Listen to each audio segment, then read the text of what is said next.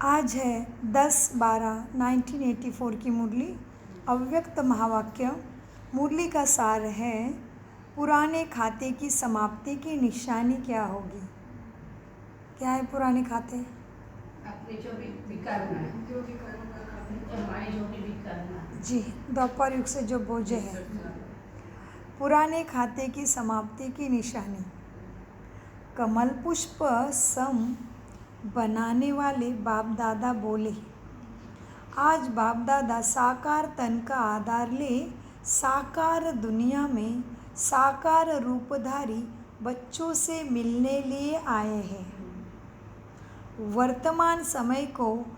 वर्तमान समय की हलचल की दुनिया अर्थात दुख के वातावरण वाली दुनिया में बाप दादा अपने बच्चों के लिए आए हैं।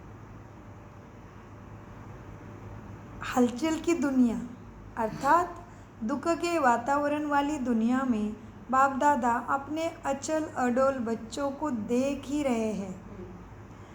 हलचल में रहते न्यारे और बाप के प्यारे कमल पुष्पों को बाबा देख रहे हैं। बाबा क्या क्या देख रहे बता? देखा? भय के वातावरण में रहते निर्भय शक्ति स्वरूप बच्चों को बाप देख रहे हैं। इस विश्व के परिवर्तक बेफिक्र बादशाहों को बाबा देख रहे हैं। ऐसे बेफिक्र बादशाह हो जो चारों ओर के फिक्रात के वायुमंडल। फिक्रात क्या है लक्ष्मी आंटी? फिक्रात बाबा कहते हैं ऐसे बेफिक्र बादशाह हो जो चारों ओर के फिक्रात का वायुमंडल। बाबा क्या कहते हैं? ऐसे बेफिक्र बादशाह हो जो चारों ओर के फिक्रात के वायुमंडल का प्रभाव अंश मात्र भी नहीं पड़ सकता। ऐसे बच्चों को बाप देख रहे हैं। वर्तमान समय विश्व में मेजॉरिटी आत्मा में भय और चिंता है। यह दोनों ही विशेष सभी में प्रवेश है ही। भय और चिंता सभी आत्मा में है, लेकिन जितना ही वो फिक्र में है, चिंता में है, उतने ही आप शुभ चिंतक हो कि जो भी हो रहा है वही होना ज़रूरी है, तभी सबको सुख मिल जाएगा। तो वो जितना चिंता में है उतना ही आप शुभ चिंतक हो। अच्छा, चिंता बदल शुभ चिंतक के भावना स्वरूप बन गए हो। भयभीत के बजाय सुख के गीत ही गा रहे हो।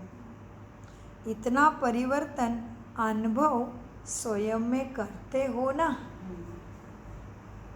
एक ने भी हाँ जी नहीं बोला, मन की ताली बजाई होगी। तो इतना परिवर्तन स्वयं में अनुभव करते हो ना? सदा शुभ चिंतक बन शुभ भावना शुभ कामना की मानसिक सेवा से भी सभी को सुख शांति की अंजलि देने वाले बने हो ना? अकाल मृत्यु वाली आत्माओं को अकाल मूर्त बन शांति और सहयोग शक्ति का सहयोग देने वाले बने हो ना? क्योंकि वर्तमान समय सीजन ही अकाल मृत्यु का है। सीजन है भाई, वो छोटी चीज नहीं है। बहुत ज्यादा हो रही है। लग रहा सीजन आ गया। सच में श्वासों का भरोसा नहीं है। कहते कि आम का सीज़न है, कहते कि ठंड का सीज़न है, कहते कि बारिश का सीज़न है। बाबा क्या कह रहे हैं? मृत्यु का सीज़न चल रहा है, अकाल मृत्यु का सीज़न है। ओहो, तो बाबा कहते हैं बच्चे क्या है? अब क्या है? अकाल मृत्यु वाली आत्माओं को अकाल मूर्त बन शांति और शक्ति का सहयोग देने वाले हो ना तुम? क्यों? क्योंकि वर्तमान समय सीजन ही अकाल मृत्यु की है। जैसे वायु का समुंदर का तूफान अचानक लगता है, ऐसे ही ये अकाल मूर्त का तूफान भी अचानक आत्मा को लगता है और तेजी से एक साथ अनेकों को भी ले जाता है। यह अकाल मृत्यु का तूफान अभी तो शुरू हुआ है, आगे देखो। विशेष भारत में सिविल वॉर।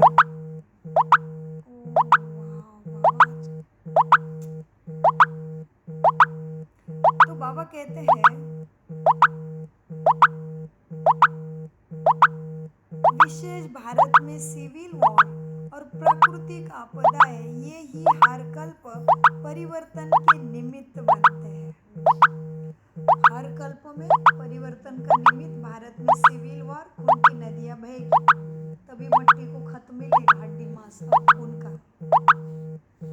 विशेष भारत में सिविल वॉर और प्राकृतिक आपदाएं यही हर कल्प परिवर्तन के निमित्त बनते हैं। विदेश के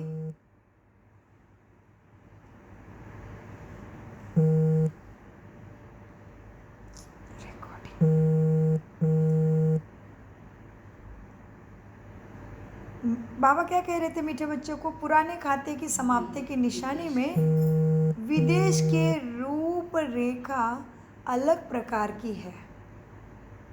सफाई की रूपरेखा विदेश में अलग होगी, भारत में मात्र कल्प पहले सिविल वॉर और प्राकृतिक आपदाएं, भूकंप, बाढ़, टोर्नेडो, कुछ भी हो सकता है, सागर उछलेगा, कुछ भी हो सकता है।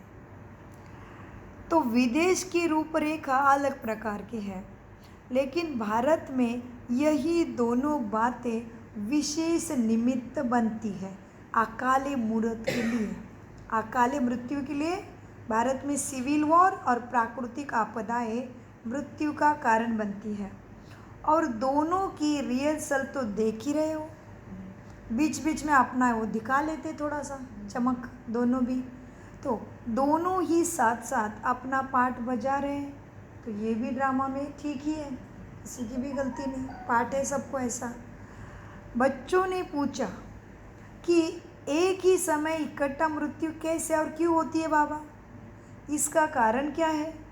तो बाबा कहते ये तो जानते हो ना और अनुभव भी करते हो कि अब संपन्न होने का समय समीप आ रहा है देवी देवताओं का।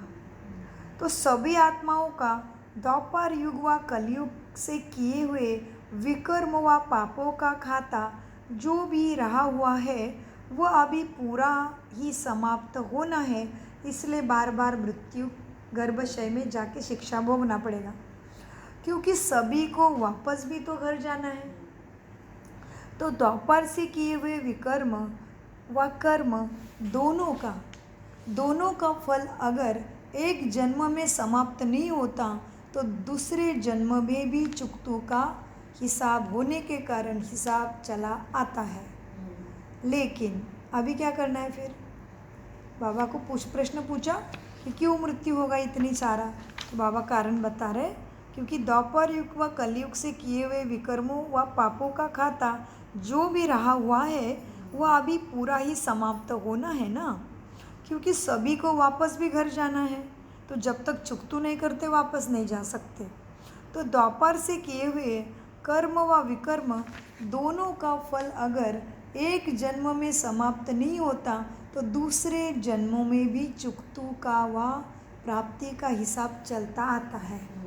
लेकिन अभी लास्ट समय है ना और पापों का हिसाब ज़्यादा है, इसलिए अब जल्दी जल्दी मृत्यु और जल्दी जल्दी जन्म, इस सज़ा द्वारा अनेक आत्माओं का पुराना खाता खत्म हो रहा है।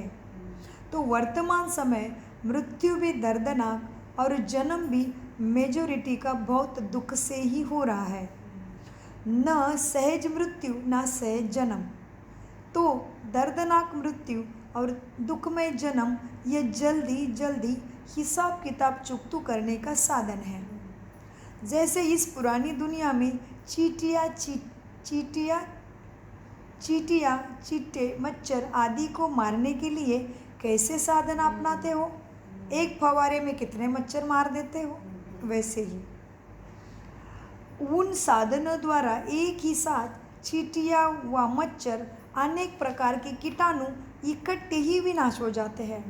ऐसे ही आज के समय मानव भी मच्छरों और चींटियों सदृश अकाले मृत्यु के वश हो रहा है। मानव और चींटियों में अंतर ही रहा नहीं है मानव के विकर्मों के कारण। मानव और चींटियों में अंतर ही नहीं रहा है। यह सब हिसाब किताब और सदा के लिए समाप्त होने के कारण इकट्ठा अकाले मृत्यु का तूफान समय प्रति समय आ रहा है। यही कारण है कि एक साथ मृत्यु होगा। वैसे धर्मराजपुरी में भी सजाओं का पाठ अंत में भी नूंदा हुआ है, लेकिन वह सजाएं सिर्फ आत्मा अपने आप ही भोगती है और हिसाब किताब चुकतू करती है। लेकिन कर्मों के हिसाब अनेक प्रकार के भी है ना। अनेक प्रकार के कर्मों द्वारा बुरे कर्म हुए हैं। समझ लो मांस मच्छी खाने वाले अभी प्राण को ही खा लिया है, तो वो प्राण क्या करेगा फिर? अभी प्राण को लिए लिया है तो वो शरीर में अलग अलग प्राणी आके तकलीफ देंगे। तो कीड़े मकोड़े, कैंसर की ये सब कुछ जो भी, फिर किसी को सांप काटेगा, बहुत सारी चीज़ें होगी। अलग अलग कीड़े, उन्होंने वो दूसरे प्राण को खाया, फिर ये दूसरे प्राण जो है बैक्टीरिया वायरस जम्स वो शरीर को खा लेंगे। इसलिए बीमारी से भी बहुत बड़ा मृत्यु होगा। जो बीच में ही कोरोना ने अनेक आत्माओं को अपने तरफ लेके गए, उसी तरह से। तो इसीलिए बाबा कहते होलसेल मृत्यु होगी। चीटियाँ मुआफिक हिसाब किताब चुकतू करने के लिए तो क्या है, लेकिन कर्म के हिसाब अनेक प्रकार में भी विशेष 3 प्रकार के हुए हैं। एक है आत्मा को अपने आप भोगने वाले हिसाब। जैसे बीमारियाँ होती है तो आत्मा अपने आप भोगती है। प्रकृति मतलब मनुष्य या कीड़े मकोड़े नहीं, बाहर के कुछ कीड़ा बीड़ा नहीं, और कुछ एक्सीडेंट भी नहीं हुआ, कुछ भी नहीं हुआ, लेकिन शरीर के अंदर ही बीमारी पैदा हो गई। तो अभी बाबा अभी हिसाब चुकतू करने के प्रकार बता रहे।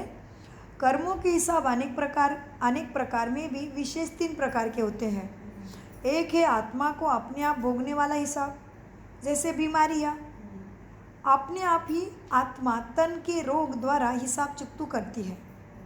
ऐसे और भी दिमाग कमज़ोर होने का क्या हो जाता है, फिर दिमाग कमज़ोर हो जाता है। ऐसे और भी दिमाग कमज़ोर होना व किसी भी प्रकार की भूत की प्रवेशता होना, यह भी कर्म हिसाब चुकतू करने का मार्ग है। ऐसे प्रकार की सजाओं द्वारा आत्मा स्वयं हिसाब किताब भोगती रहती है। दूसरा हिसाब क्या है? संबंध संपर्क द्वारा बहुत दुख की प्राप्ति होती है। संबंध संपर्क, बच्चे कुछ बोलेंगे, तकलीफ है तो तुम्हें मदद नहीं करेंगे, बीमार हो गए तो वृद्धाश्रम में डाल देंगे, बीमार हो गए तो देखने में इंटरेस्ट नहीं है, तो दूसरे प्रकार के ये हिसाब चुकते होंगे। तो बाबा कहते हैं दूसरे हिसाब है संबंध संपर्क द्वारा दुख की प्राप्ति होगी। तुमने बहुत अच्छा किया लेकिन ना तुम्हें समझेंगे, ना रिस्पेक्ट है, और कुछ सिखाने जाते हो तो ऐसे शब्द बोलेंगे कि काटा अंदर में पत्थर ही लग गया जैसे। तो ये तो दूसरा हिसाब है संबंध संपर्क द्वारा दुख की प्राप्ति। यह तो समझ सकते हो ना कि कैसे होती है संबंध के द्वारा, वो तो सब अनुभवी है। और तीसरा है प्राकृतिक आपदा द्वारा। क्या है तीसरा? प्राकृतिक आपदा है, भूकंप एंड कुछ भी हो सकता है।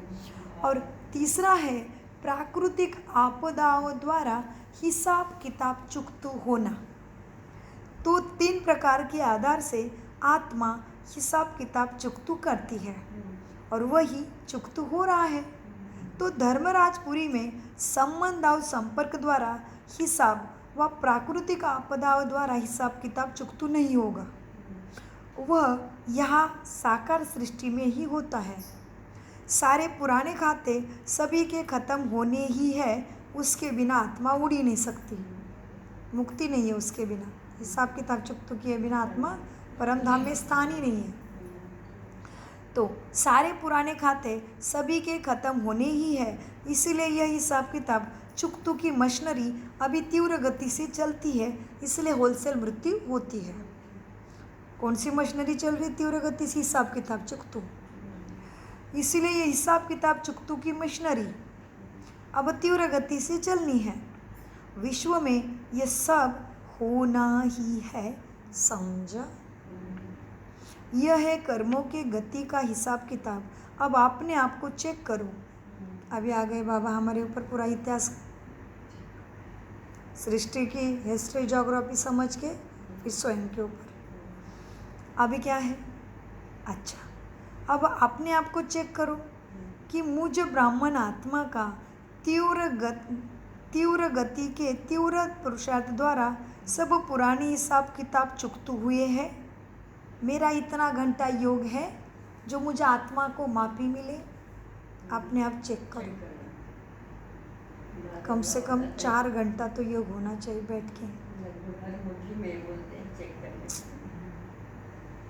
बाबा कहते 2 मार्ग है, कर्म भोग से और कर्म योग। आत्मा हर समय कर्म कर रही है तो बाबा को याद करना भी कर्म है। तो बाबा कहते अभी क्या करना है? तो ब्राह्मण बच्चे अपने आप चेक करो कि मुझे ब्राह्मण आत्मा का तीव्र गति के तीव्र पुरुषार्थ द्वारा सब पुराने हिसाब किताब चुकते हुए है। वह अभी भी कुछ आत्मा पे बोझ रहा हुआ है, चेक करो। पुराना खाता अभी कुछ रहा हुआ है या पूरा समाप्त हो गया है, चेक करो। इनको विशेष निशानी अभी क्या है? इसकी विशेष निशानी जानते हो क्या? अच्छा बाबा और अभी बता रहे, किसी मन में प्रश्न आया होगा तो बाबा बता रहे बच्चे क्या है, अपना भी चेक करो कि मैंने कितना ख़त्म किया है। तो उसके बाद बाबा कहते हैं अभी इसकी विशेष निशानी जानते हो? श्रेष्ठ परिवर्तन में व श्रेष्ठ कर्म करने में कोई भी अपना स्वभाव संस्कार विघ्न डालता है। वह जितना चाहते हो, जितना सोचते हो उतना नहीं कर पाते हैं और यही बोल निकलते व संकल्प मन में चलते हैं कि न चाहते भी पता नहीं क्यों मेरे से ये हो जाता है, पता नहीं क्या हो जाता है।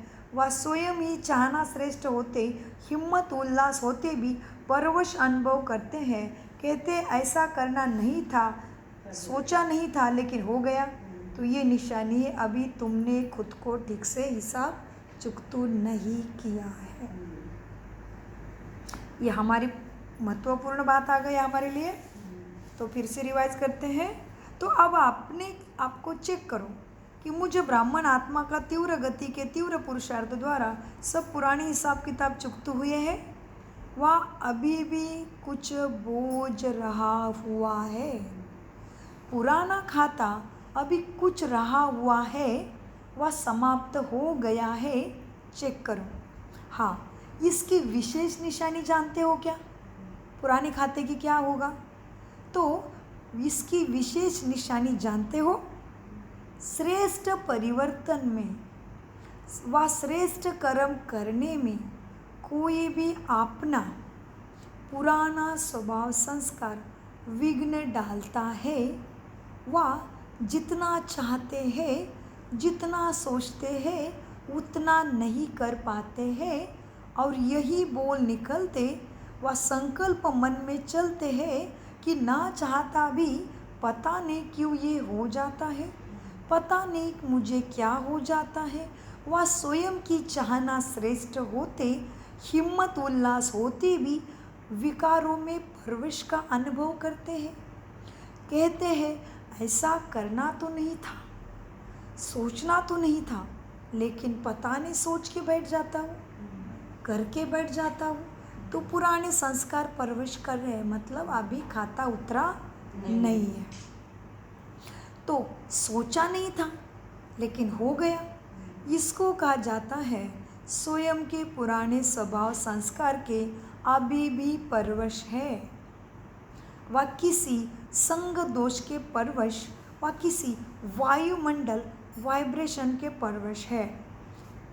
संग दोष माना दूसरे ने क्रोध किया, मैंने भी किया, मैंने 10 बार क्यों सहूँ, 11 बार में गिर गई, तो दूसरे ने परवश कर दिया फिर संग दोष ने। तो वह किसके साथ क्या हो रहा है? संग दोष के परवश या वायुमंडल सब तरफ सब चिल्ला रहे तो तुम्हें भी जोश आ गया, तुम भी चिल्ला रहे। सब लोग निंदा कर रहे हैं तो तुम भी निंदा में शामिल हो ही गए, परवश। ऐसे अनेक तरह की परवशता है। तो बाबा कहते हैं वह क्या हो रहा है? वह किसी संग दोष के परवश व किसी वायुमंडल वाइब्रेशन के परवश हो जाते हैं।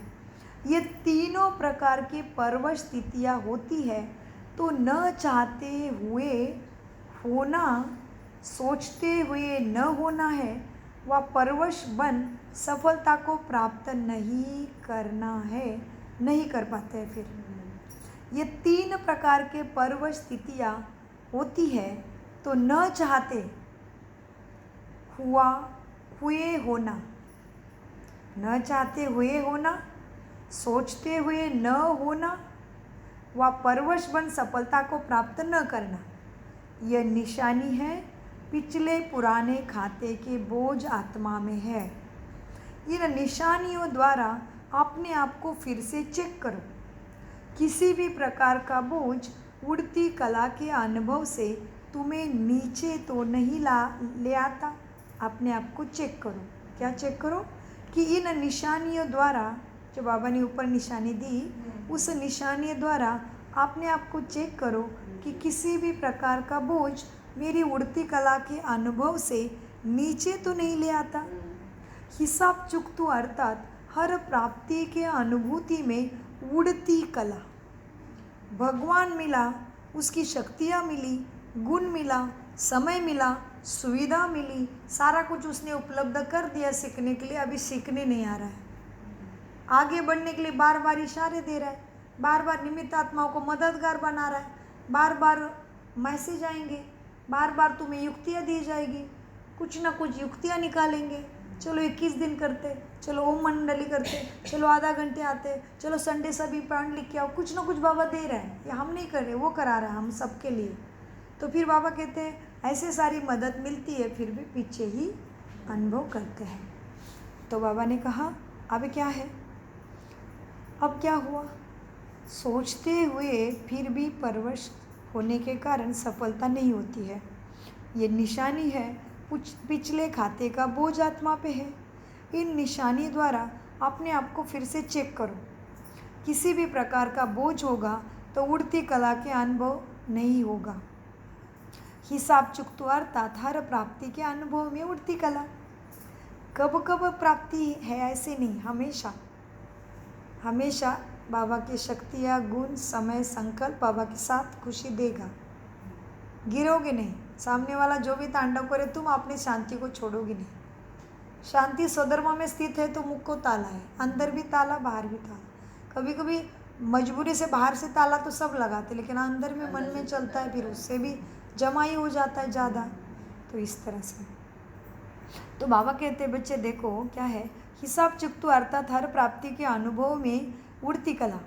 कभी कभी प्राप्ति है, कब है तो अब रहा हुआ है, कभी कभी प्राप्ति है तो अभी रहा हुआ है। तो इसी विधि से अपने आप को फिर से चेक करो। दुख में दुनिया में तो दुख की घटनाओं के पहाड़ तो फटने वाले, पहाड़ फटने वाले। तुम डिस्टर्ब ना करो, क्योंकि तुम्हें तो मालूम है ना राज। तुम थोड़ी ओ नहीं करना है। हमें मालूम है जो भी हो रहा है कल्याणकारी है, क्योंकि सभी का ही दुख मिटना है ना। दुराचार, पापाचार, भ्रष्टाचार, बलात्कारी वृत्ति, अत्याचारी वृत्ति कैसे ख़त्म होगी? चाहिए आत्मा को ठिकाने पे लाने के लिए कुछ तो है इंतज़ाम। कि बाबा कहते हैं दूसरे दुनिया में जो आ रहे हैं दुखों के पहाड़, उसको देख के तुम हलचल में आ गए तो तुम्हारा अभी बोझ बहुत है, उड़ने नहीं दे रहे। फिर वही हो गए, क्योंकि तुम्हें मान लिया है बुद्धि के आँख से कि जो भी मेरे आँखों से दिख रहा है वो सब कुछ विनाश को पाने वाला है। केवल मैं आत्मा, परमात्मा, प्रकृति ही क्या है, अजर, अमर, अविनाशी। बाकी सब तो परिवर्तनशील है, और परिवर्तन समय का नियम है। तो क्या चीज़ का आ वो ये वो नहीं। तो मीठे बाबा कहते बच्चों देखो, कब अभी क्या करना है, कब है तो अब रहा हुआ है। तो इसी विधि से अपने आप को चेक करो। दुख में दुनिया में तो दुख की घटनाओं के पहाड़ तो फटने ही वाले हैं। ऐसे समय पर सेफ्टी का साधन क्या है? क्या है सेफ्टी का साधन? पहाड़ तो टूटने वाले हैं परिस्थितियों की। तो आपका सेफ्टी का साधन क्या है? हाँ, बहुत अच्छा बोला अंकल जी ने, बाबा दिखाया जी। तो ऐसे समय पर सेफ्टी का साधन ये बाप की छत्र छाया, बाप के शिक्षाओं में मन को स्थिर करो, अपने गुणों में स्वधर्म में स्थित हो जाओ। यूक्रेन में युद्ध हो रहा था, रातों रात कितने बॉम्ब डाल रहे थे, मिसाइलें दाग रहे थे, बिल्डिंगें गिर रही थी। ब्रह्मा कुमार भूखे ज्ञान में अपने अपने सेंटरों में ध्यान में बैठे थे। कोई चिंता नहीं, कोई प्रश्न नहीं, कोई कुछ नहीं। सारे के सारे ब्रह्मा कुमार यूक्रेन में जिंदा है, सुरक्षित है। क्या किया उन्होंने? कोई नहीं डरे। मरना भी है तो उसके याद में कमरे में अपने अपने सेंटर में शांति से बैठे, 5-5 दिन भूखे बैठे। लेकिन विकल्प संकल्प डर चिल्ला कुछ नहीं, शांति में स्थित। तो ये बाप की बात सुनेंगे तो बाबा कैसे छोड़ेगा? उसकी शिक्षाओं को पकड़ के रखेंगे तो उसका तो वो तो बंधा हुआ है फिर रक्षा करने के लिए। इसलिए बाबा ने कहा बच्चे क्या है, देखो अब ऐसे समय में क्या करेंगे? तो ऐसे समय पर तुम्हारे सेफ्टी का साधन ही है बाप की छत्र छाया। अब छत्र छाया तो है ही ना। अच्छा, मिलन मेले मनाने सब आए हैं बाप से। यही मिलन मेला कितना भी दर्दनाक सीन हो, लेकिन मेला है तो यह खेल लगेगा, भयभीत नहीं होंगे।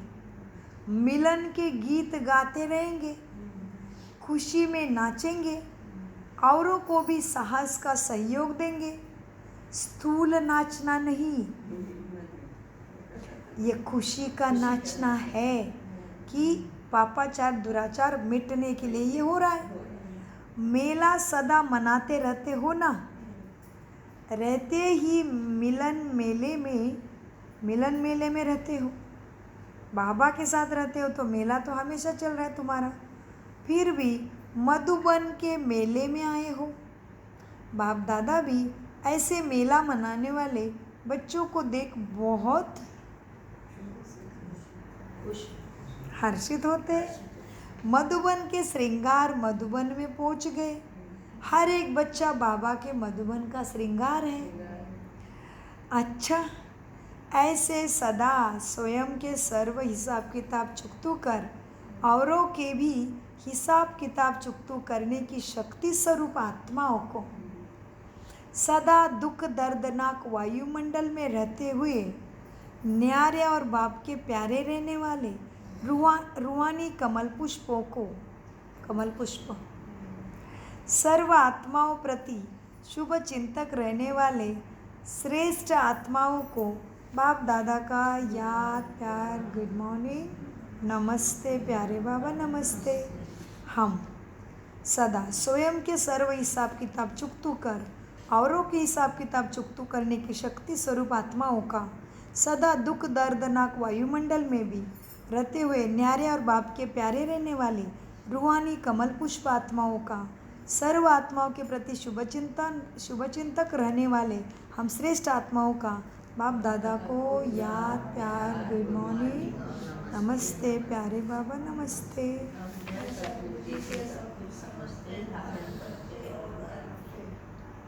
बहुत अच्छा। टीचर बहनों से देखो, टीचर सेवादारी है। क्या है तुम? टीचर नहीं हो, सेवादारी हो। सेवा में क्या होता है? त्याग, तपस्या समाई हुई है। सेवादारी बनना माना क्या जी? सेवादारी बनना माना खान के अधिकारी भी बनना, लेकिन प्रथम त्याग चाहिए, फिर खान मिलेगी। पहले सेवा फिर मेवा। सेवादारी बनना माना खान के अधिकारी भी बनना, त्यागी तपस्या उसमें समाई है।